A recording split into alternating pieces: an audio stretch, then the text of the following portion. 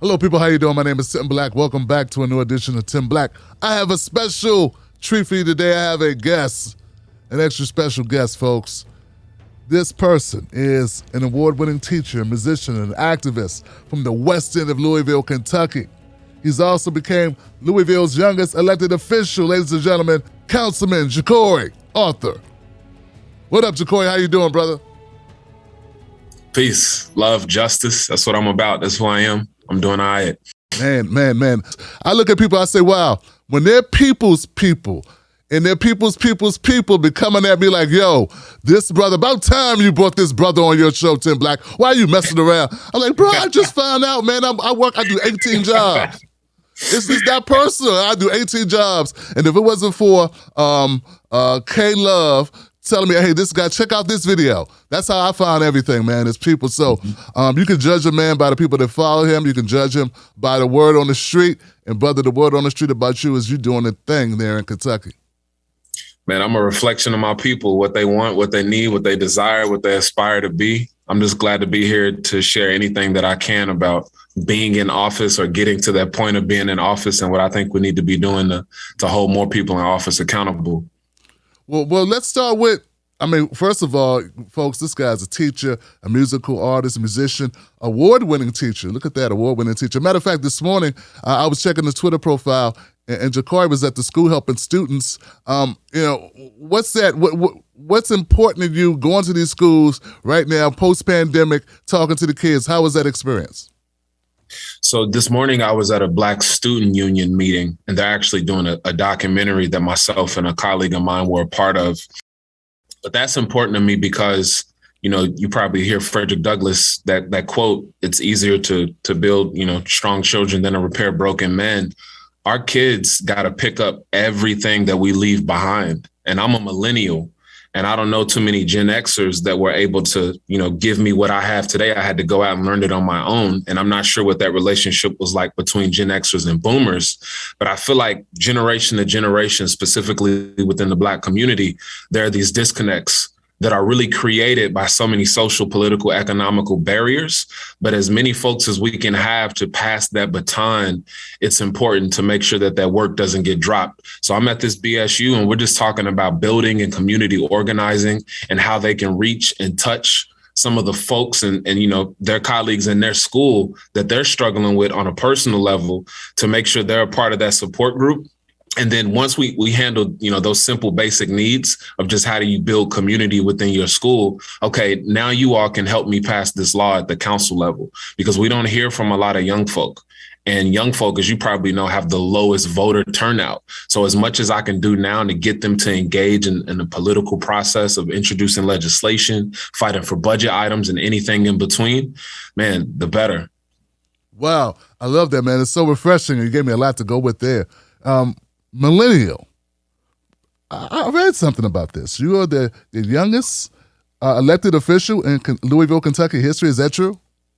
Yes. Wow. Yes. I'm 28 when I took office. I'm 29 now, and I'll be 30, big 3-0 next year.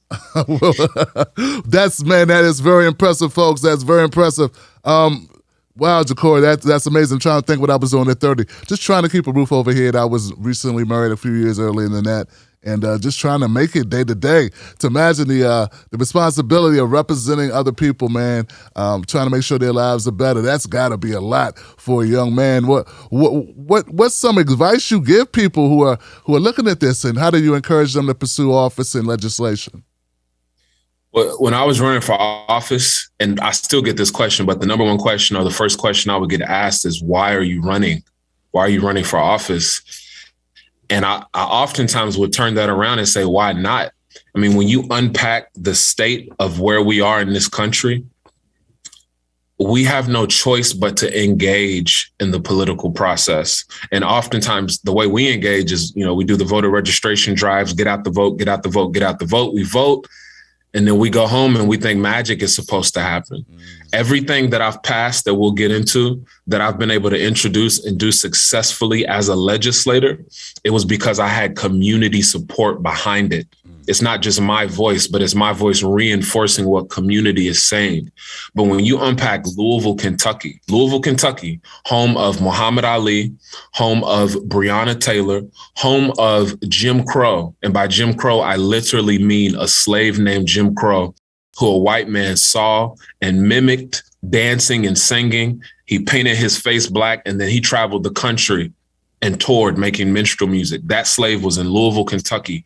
In Louisville, Kentucky, we are a quarter of the city's population, but we are over 3/4, and I think I tweeted this to you, of the unsheltered families. So if you go to one of these camps, you go to under an expressway somewhere in these alleyways, and there are people who are homeless outside and they got kids, well, 8 out of 10 times they are going to be Black like me. We are over half of the arrests. We're almost 3/4 of school suspensions, even though we're only about 1/3 of the school population.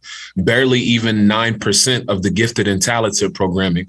Our homicide rate is 5.5 times worse for Black men. We're 3/4 of evictions. We have the very bottom of all disparities. We are on the very bottom of this city. So when people ask, why did you run? Why not? I'm running literally for our lives. Our life expectancy is over a decade less in the west end of town, where Black people are concentrated in this city, and not by mistake. So as far as what do I say to folks, especially my age, the people who aren't engaged in politics and who often engage in what I would call modern day minstrel music, and they engage in modern day degradation of our people, I would say to them, if you want our people to continue to exist in this country that our ancestors were forced to build, you have to get engaged in politics. And I don't just mean voting. I mean so many other tools that you can pick up and use to get wins that we'll get into. But just on the surface level, if you're doing okay, look at your cousins, look at your aunts and your uncles, look at your granny, look at your children. Are they doing okay? And if you're Black like me and you are a descendant of slavery like me, I guarantee you the answer is no. Wow. That touches home for me in so many ways, brother, because at some point we all have to make that decision. You just clarified it, where we take a look and say where we are and realize that in the immediacy, the urgency that we all get involved, not just, we can't just, walk away and say everything's going to be okay as long as I'm good. No, the totality of our communities, man. This is something I came to. Jecorey, I was calling myself a progressive brother, and I was focused on Medicare for all and end student debt. And these are good policies. I do support them. But brother, when I started peeling back the wrapper and started getting into ADOS about 2 years ago, thanks to Yvette Carnell, Antonio Moore, they woke me up to the realities. I said, man, I can't ignore this stuff. This is me, and I got to transfer what I use my platform for, because my legacy, I wanted to show that I did my part. And this is something I need to do for my kids. I got kids now. I got grandkids now. Brother, it comes at you fast. And those numbers, those stark statistics you pointed out, folks, that's not just, it's not that, I don't want people to get the impression that Louisville is somehow an outlier. Like this is, oh man, look at these numbers. What's going on in Louisville? No, man, this is across the country where there are concentrations of a lot of Black folks. For some reason, there are a lack of resources. So this is a systemic problem that Jecorey is looking at here in Louisville, Kentucky. And you can see that in Memphis. You can see that in Detroit. You can see that in various places around the country. Jecorey, what are people's responses when you lay it down like that? Are you getting younger people contacting you like, man, I'm inspired. How do I get started? And they're telling you about their progress? I teach at an HBCU known as Simmons College of Kentucky, the first college in this state for people formerly known as Negroes. And our president has this saying I like to whip out every now and then. He says there are 3 types of people in this world, people who make things happen, people who watch things happen, and people who ask what happened. So often when I lay something out for folks, they really fall in one of those 3 categories. They might join in this fight and fight with me, or they might just, observe from the outside, and hopefully a couple of W's will motivate them to join the fight. Or, that moment passes them by and they ask what happened. And I hate to say it, but we're talking to our people here, right? Yeah. I have to say that overwhelmingly, when I'm in spaces with our folks and I'm laying out this information, I'm encouraging them to get involved with what we're working on and what we're fighting for, we're often that last person who asks what happened. We show up so late. I'll give you one example. I took office in January, early January of this year. The Metro Council has existed since 2003. I was in elementary school. We have existed since 2003. Before then, we had a board of aldermen. Since, Louisville was founded, quote unquote, founded in the late 1700s. We had a board of aldermen. Okay. I still get referred to as an alderman when I'm speaking with many of our Black elders. Wow. And that's no knock at them in totality. But at the same time, at what point do we take accountability for doing politics? If you're calling me an alderman when we haven't had aldermen since 2003, you are politically behind. Yeah. And if you can't even understand that we have a Metro Council of 26 completely different districts with different representatives, if you can't understand something that changed in 2003, it's hard to get you to understand the city budget process. It's hard to get you to understand the legislative process and how many steps and hurdles and flaming hoops I got to go through to pass legislation, but we still do it. I can't even get my people to understand the basics of simply who we are, let alone what our job is. So we have a lot of political education that we're missing out on. And that's why I'm thankful for independent media like your show. I'm thankful for Breaking Brown. I'm thankful for Tone Talks, because that got me where I am today. I didn't know anything about politics until a couple of years ago when I was, randomly came across what ADOS became known to be. That's how I got to where I am today. Those lived experiences, and then just picking up these jewels from different people along the way. But that's why this show is important. We're teaching people that political education that you're not going to get anywhere else. Yes, exactly. That's exactly what we're doing. And that's why it's so vital. And folks, I want to pump the brakes for a second and let's take a moment to give a little shine to ADOS and what that is, because I saw you with a response to someone who questioned you about socialism, and your response was, "Hey, the only thing I identified with is ADOS." So we just kind of went into it, but for the benefit of the people that are ADOS who are definitely going to be watching this, who are going to be like, "Tim, talk about ADOS. Jecorey, being ADOS, understanding the statistics, understanding where we are, understanding that we're, 10% of the wealth compared to white families, average household, Black family household, 2% of the land, 2%, like the 2% rule that I like to run down and get people the understanding of where we are. The Homestead Act, the GI Bill, all these things that we were forced out of, that we were not included in, that others got to benefit from. Still, we're told, pull yourself up by your bootstraps. Well, shoes would help. Maybe some laces for the shoes might be able to help us do that. Now that you are in this frame set of ADOS and you understand the importance of it, how do you apply it to your politics, man? Because I don't know how friendly the Democratic Party is to that ideology, but how is the terrain walking around as ADOS and trying to keep that prevalent in your advocacy for your constituents? Well, first we got to realize I'm not supposed to be here. Our entire campaign, which if you've never been involved in a campaign or never ran for office, a campaign is like playing a basketball game where you really can't, you really to a certain extent don't have offense and defense. You just do what you got to do. But it's like playing a basketball game for a year and you don't know the score until the very end. I mean, that's really the reality of it. And it causes so much in terms of your awakening and your understanding about city government and the way that your community works.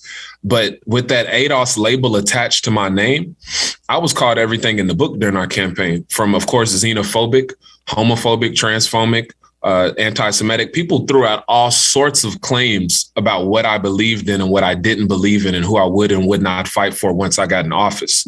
And that was telling to me, because since the 60s, since the civil rights era, we as Black Americans, formerly known as Negroes, we were no longer the priority minority, if you will.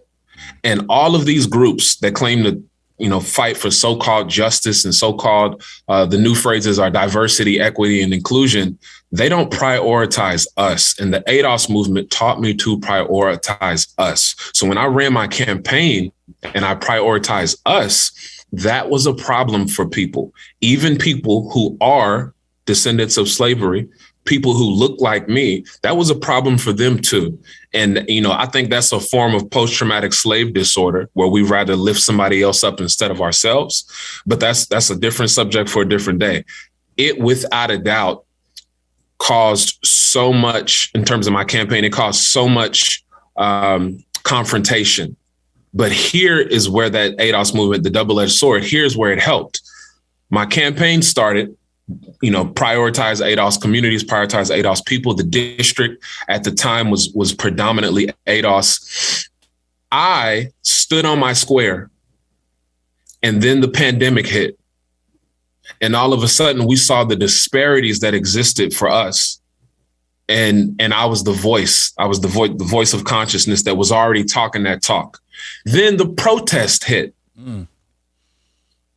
And then you naturally, I was just that guy. There was like no question around it. There were 7 people in my race, and no one was talking about what I was talking about during that campaign. So when the pandemic hit and the protests hit, it naturally, it was over, because I'm already telling you what the solutions are. I'm already telling you that we need reparations and a Black agenda. Now we actually get to move forward on that with somebody instead of somebody else who might be pushing a Rainbow Coalition. So I got into office, and I would say, how we talk about our people are misinformed. We don't know a lot. We're not civically and politically educated. It is a whole new world when you are in office, when you are a legislator, when you're not just a soundbite or a talking point, and you have to convince, in my case, 13 other people to vote with you, because it takes 14 votes to pass anything at the Metro Council level. It becomes law, or it becomes a budget allocation, or it becomes a municipal order. It takes 14 votes. So all of the work that was done during the campaign, or all of the emotions that we tapped into with mobilizing people, that is nothing if you don't organize people. And what I mean by that is, I got these 14 votes I got to get. I'm one of the votes, but the rest of those votes got to come from people who represent parts of the city. And when you mobilize people and you bring them to the fight and organize them and teach them how to fight, now I can convince 100, 200, 500 people in this district way out in a different part of town to get on board with this issue. And once they're on board with the issue and let their elected representative know, when I go to them to get their support, I'm just reinforcing the voice of the people that they already represent. So then that's an easy vote for them. And then you just do that over and over and over. And that's just one of many strategies that I have to use in office. But what I really realized was, so many people showed up in protests last year. And I just got on some of our protest community about this not too long ago, when our local FOP, our Fraternity Order of Police contract. Yeah, that froze for a second, partner. You were talking about the FOP, and there was an order, and then all of a sudden you went out for a second. If you want to back up there, and because we missed the audio, like the freeze, there was a freeze on the screen there for a moment. Got you. I'm in City Hall. Our Wi-Fi is whack. So if I got to, I switch to my phone's hotspot. But I was saying an example of that, like people not necessarily showing up after they showed up last year, was, everybody was talking about police accountability. And to a certain extent, absolutely. But when people show up to only, people protested our FOP contract that was at the council level a couple of weeks ago. But then as soon as they left and they were chanting, we voted on $182 million of funding, which I'm proud to say 89 of that was for a priority that we led a campaign on to go towards homelessness and affordable housing. But people weren't there for that. That specific community wasn't there for that. And I'm trying to get folks to understand how all of this is connected. All of these issues are connected, yes. Especially when we talk about those root causes and policing. I'm trying to make sure you don't even come into contact with the police because your basic needs are met and they not over patrolling your community. But I don't think a lot of us are ready to have that conversation. We need to get ready to have it. I tell you, we need to get ready to have it. What I take from this and what my experience has been, when I became ADOS, when I embraced ADOS, because I was already ADOS, I didn't know it. Once I embraced it, brother, and I said, this is my thing. You know what? This is what I'm going to fight for because it's needed. It's bigger than me just covering the news, brother. It was like clarity, man. Like everything moved out my way. No more was I tied to a news cycle, Jecorey. You know, no more was I had conflicted like ideas of what I'm covering today. Like I know black people first. Okay, and anybody could listen, but this is where my focus is going to be. And if you don't like it, well, you know, the door is that way, swings both ways. Come back when you're ready to hear a black man talk black shit. And it was just like really defining. And brother, I felt so free, man, because I worked in corporate America where you had to be a certain way. People come with what their background is, and I was no big time guy in corporate America, but the regiment, you got to punch the clock, and you got to I'm gonna do this. Oh, I don't think this person's smart, but that's my supervisor. I got to do what they say, and I got to keep the bills paid. And I just came from that background. I said, well, I was able to just say, what would black people need me to do today? And that to me, I think, folks, that is so, it's a weight off of me just knowing, Jecorey, that as long as I'm doing right by my people and I'm helping move us forward, and that's a really easy way to tell. I can look and see. I get my feedback. I talk to black people. I know I'm good. And everybody ain't got to be happy with it. Everybody don't have to smile, you know what I'm saying? And just amazing, man. Jecorey, man, to say, hey, this is where I'm at. I'm standing on my square, and then things lined up for you. Like, all of a sudden, the news cycle swung your way. I know people was like, dang, I wish I was, embrace ADOS like this brother did. Wow, I wish I'd have done what he did. Well, people could tell genuine, real recognize real, and you don't look familiar. I hate to be harsh, but it is what it is. You can't pretend, man. These people are going to look into your background. They're going to listen to what you say. They're going to look at what you do, and all that's got to line up. You can't just start some talking points, black agenda, and then sit down and think you did something. So, wow, you talk about legislation, folks. There's so much. Follow Jecorey, guys. Follow him on Twitter. You talk about 100 pieces of legislation. We're looking to pass, but looking for ideas. I've never heard anybody say that. Look, give us ideas about what you want, my constituents, and that's what we're going to take forward in this agenda. What brought you that concept, and how's that going with the 100 pieces? I think what got me in such a collaborative spirit when it comes to being a politician is that I'm a musician. I'm a creative naturally. So making music alone is fine. But when I'm making music with my brother who's playing trumpet, or maybe my sister's a mezzo soprano, that feels so much better because I'm sharing that with somebody. It's a spiritual transcendence, if you will. So I'm always looking to get feedback from folks. And at the end of the day, I'm only supposed to be here to represent you. And I don't have all the answers. I don't have it figured out. There's no such thing as a professional counsel person. I don't even do this full time. I still teach. I still make music. So as much as I can work with folks who are going to be impacted by this legislation, I have to make sure I extend those opportunities. I got an ordinance I've been sitting on since MLK Day earlier this year that I probably won't introduce until after MLK Day coming up into the new year, because it is that consequential to make sure that I have input and feedback from folks on it, because it is going to change your life and it is going to change the way that our neighborhoods function.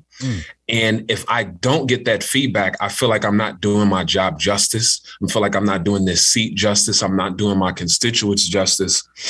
You pay for my salary.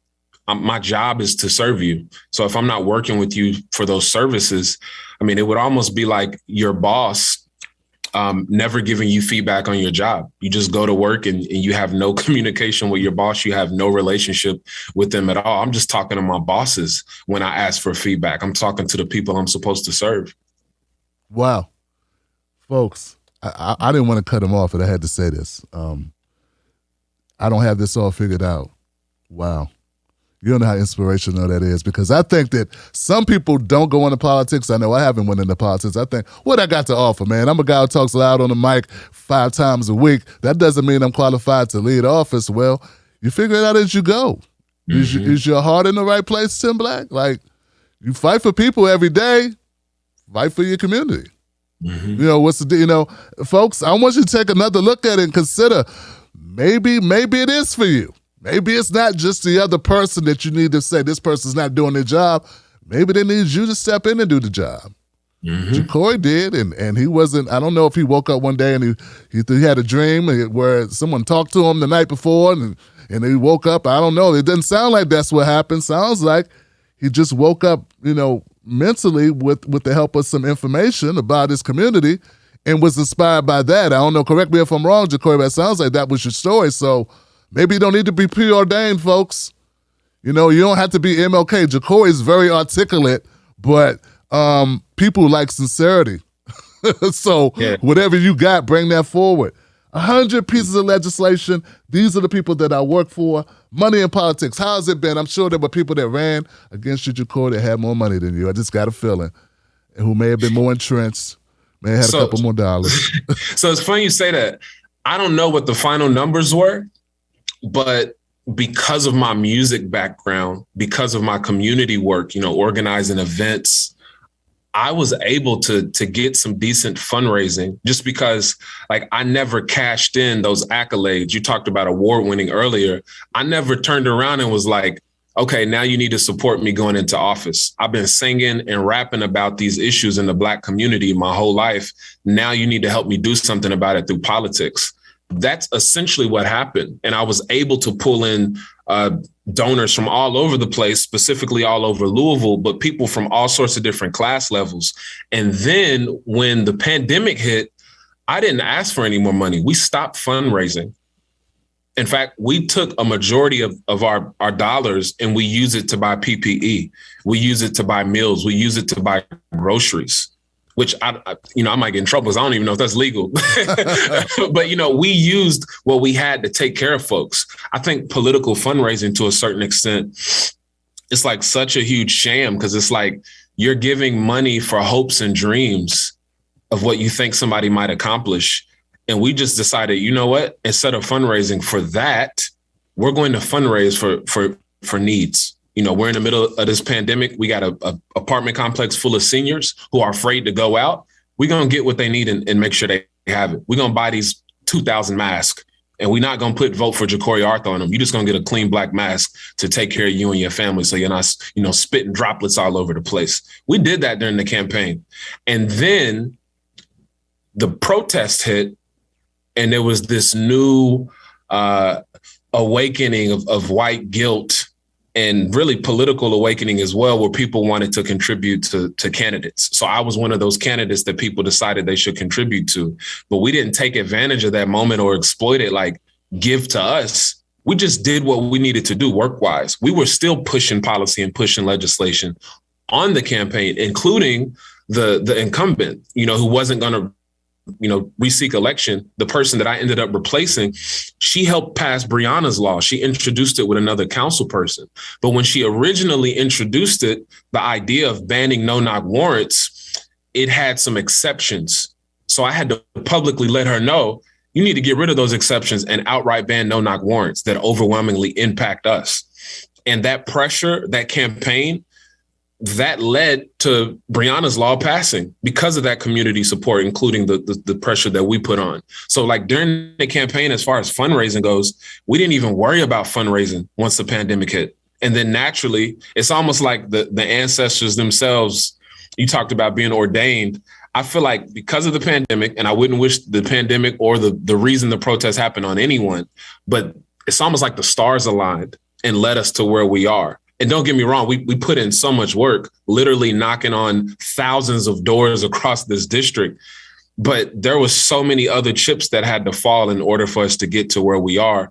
And we just ended up having the most support. I didn't want to go after talk to you about Breonna Taylor's case because I know everyone talks to you about that, you being from Louisville. But I can't, now that it's brought up, I got to bring it up, brother.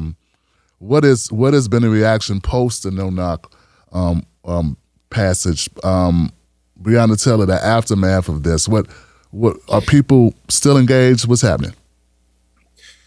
So people are still engaged to a certain extent. I would say if I had to put a number on it, if you had all these people showing up to protest last year, maybe 10 to 15% of them are still engaged today, which is problematic. And it goes back to what I said about people who watch things happen, people who ask what happened.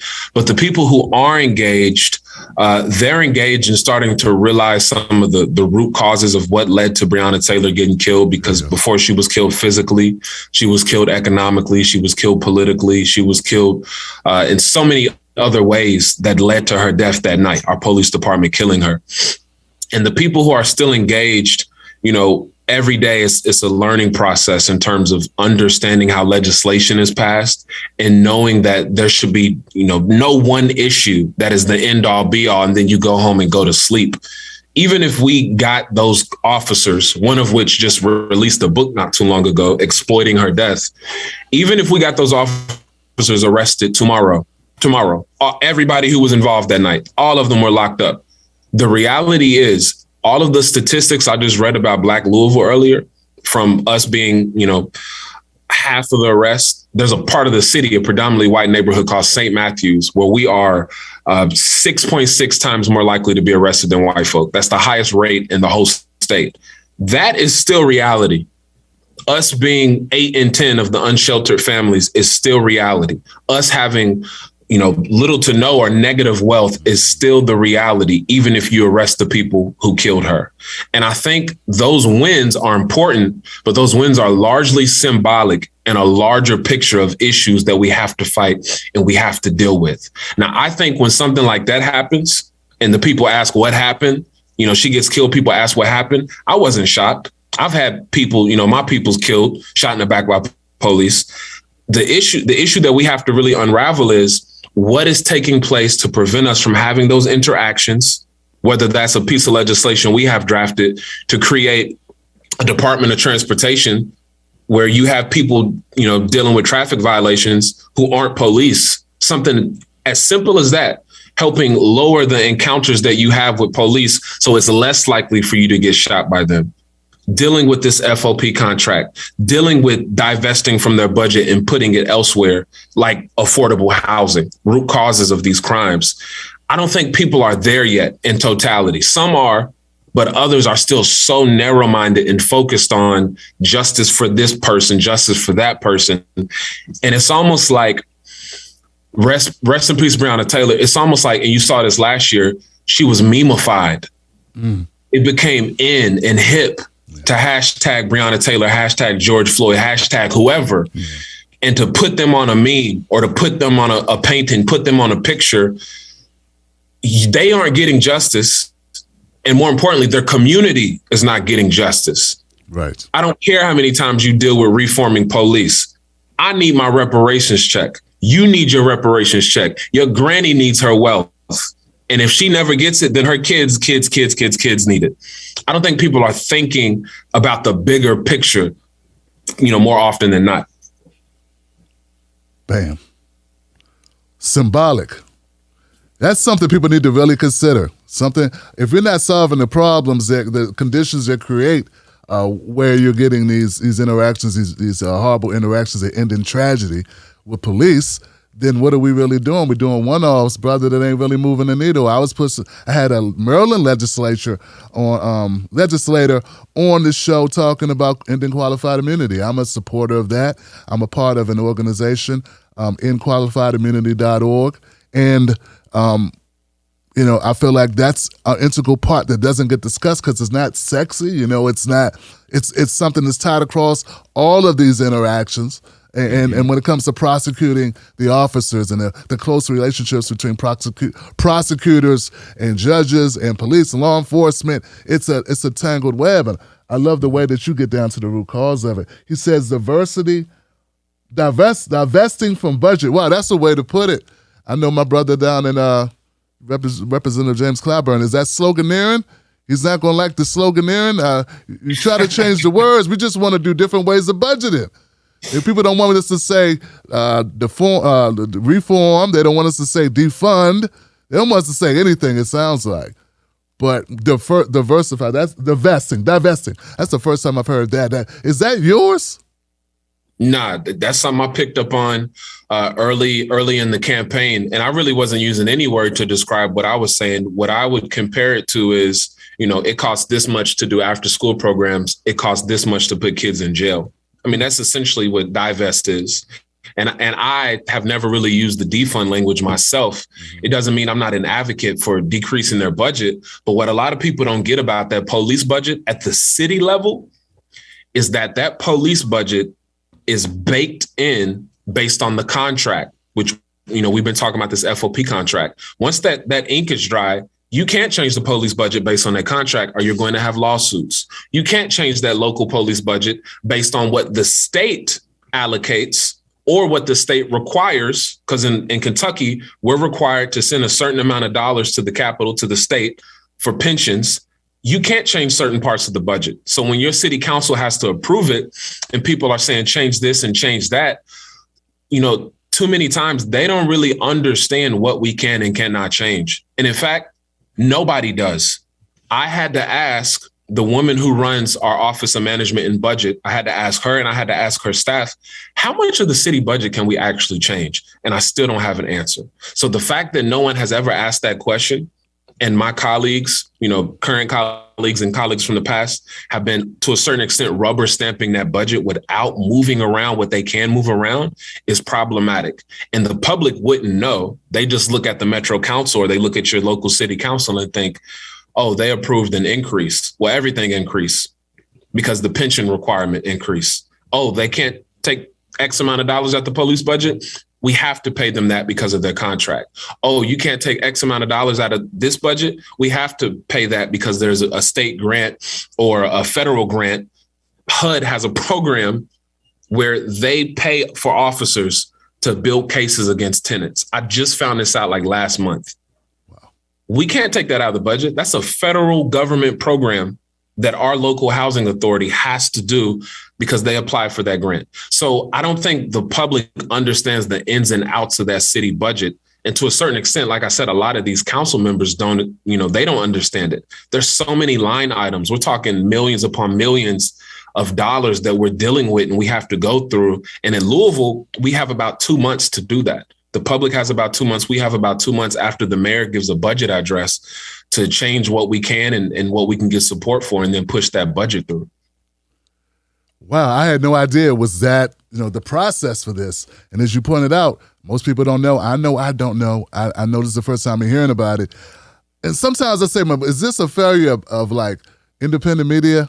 Like, first of all, I don't want to put it on independent media in that way because we know we under-resourced, we don't have the staff, we don't have the mechanisms to do everything. But God, I feel like we got to have a solution to get the word out of because that changes. Like people point fingers at people about at elected officials and maybe some fairly, but some maybe a little unfairly, not understanding the process.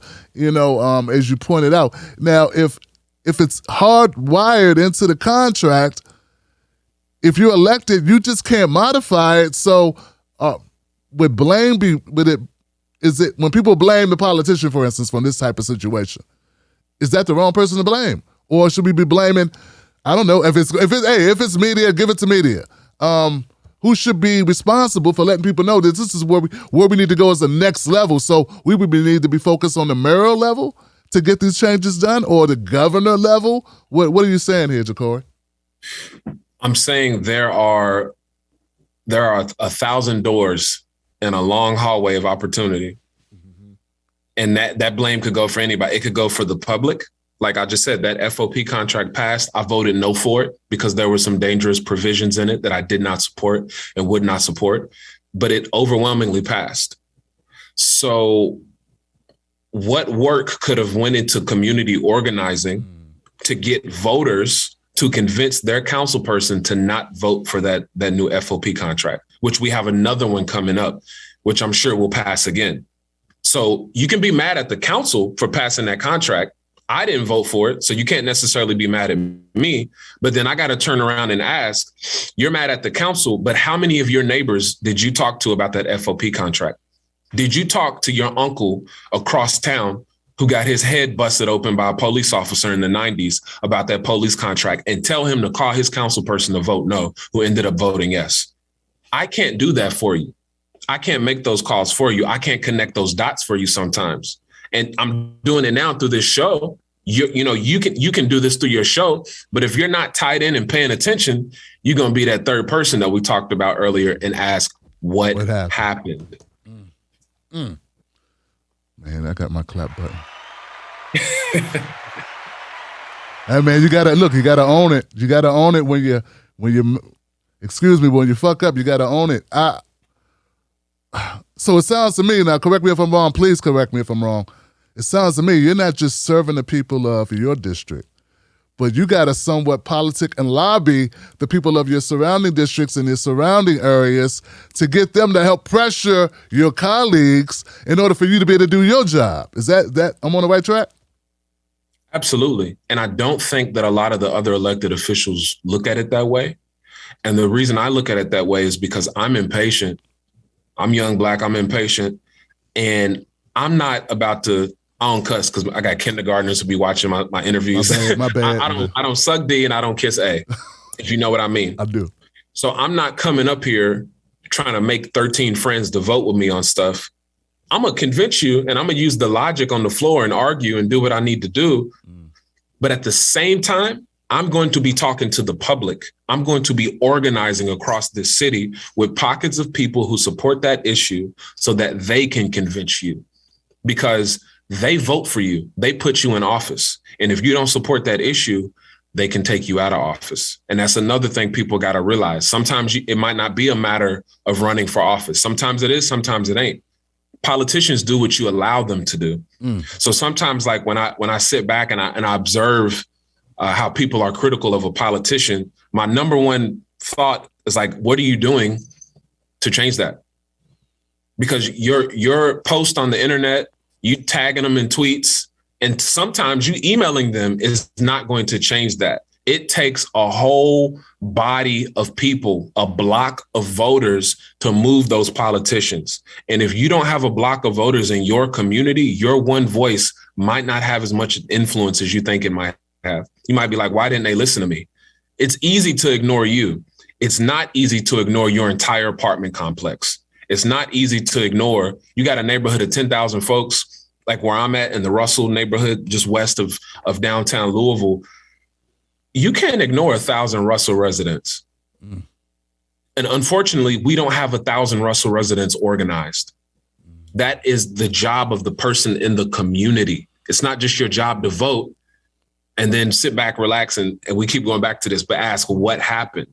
You got to be that first person, people that make things happen. You got to build power with your neighbors. You got to build power with these voters. Because if you're not fighting to build power, but you're complaining about the people who are in so-called power, you got it backwards. There's one of me, and there's one council person for the 26 districts. There are 26 of us, one of me, 26,000 of you in every single district. And that's in Louisville. In Chicago, in the wards, I think I read they got like 55,000 people in their wards. You got the power, but we haven't built that power collectively yet. If you just built power amongst other voters, which, special interest groups and advocacy groups do that.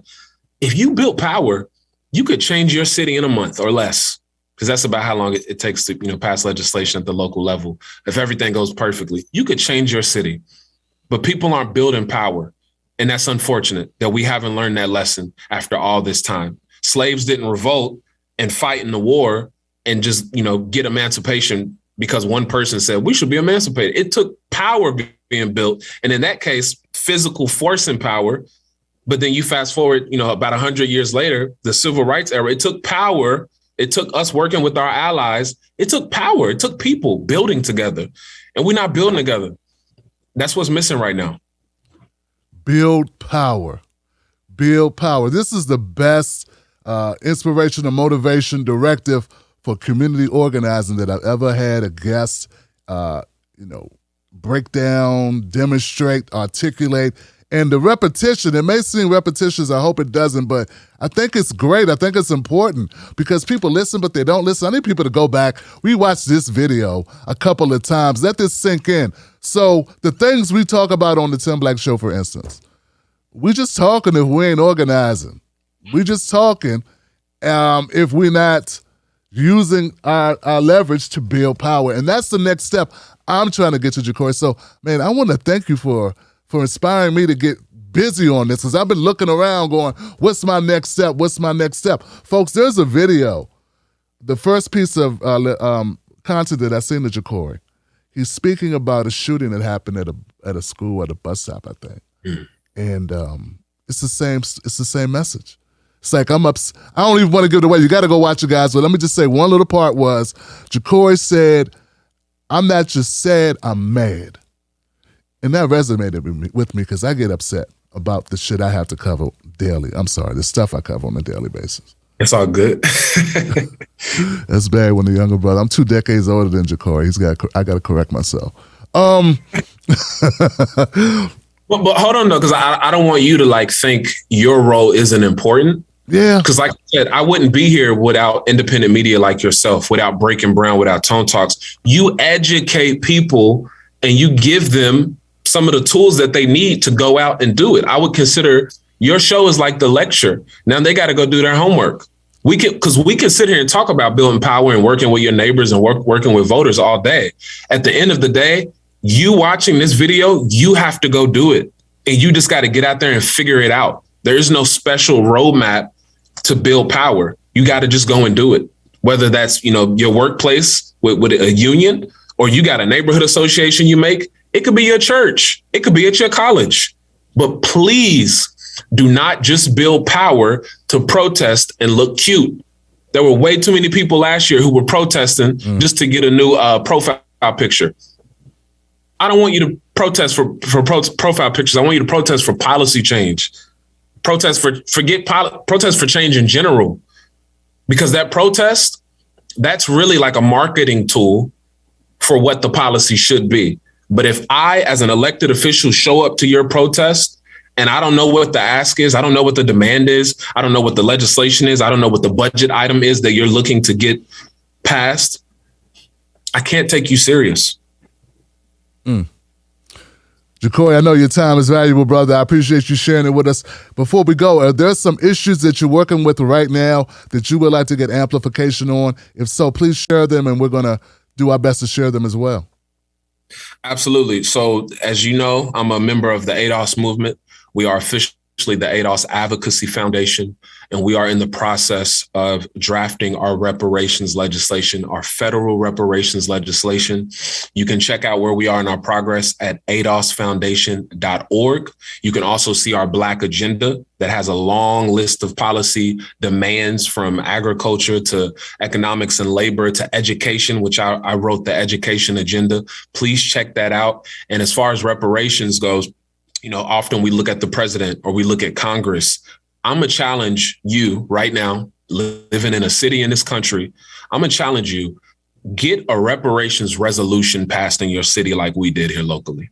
If you can get your city council to go on record and say, we support a federal reparations program, then we can build some power. We can start getting those W's across the country and get some wins. If you need to know how to do that, you need some tips or some advice on how to do that, I'm available. I'm accessible. I respond to constituents from all over the city, from all over this country, all over the world. I'm looking to build that power.